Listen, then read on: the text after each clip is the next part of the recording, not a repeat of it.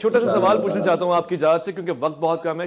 عام اصطلاح اس طرح سے چلتی ہے کہ فقہ جعفریہ، تو جو فقہ جس کے ماننے والے آپ ہیں وہ فقہ علویہ کیوں نہیں ہے، یا فقہ حسینیہ کیوں نہیں ہے، فقہ حسنیہ کیوں نہیں ہے، فقہ زین العابدین کیوں نہیں ہے، فقہ رضویہ کیوں نہیں ہے؟ یہ خاص اصطلاح کیوں مشہور ہے؟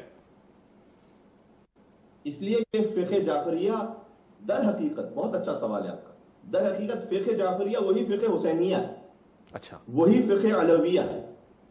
چونکہ امام حسین علیہ السلام کے زمانے میں حالات ایسے نہیں تھے کہ وہ تفصیل سے کھول کر اس فقہ کو بیان کرتے، اچھا، اور امام زین العابدین علیہ السلام کوفہ اور شام کی قید و بند کی صحبتوں کے بعد اس وقت امت تیار ہی نہیں تھی کہ امام زین العابدین علیہ السلام کے پاس پہنچ کر زانو ادب طے کرتی اور کچھ سیکھتی۔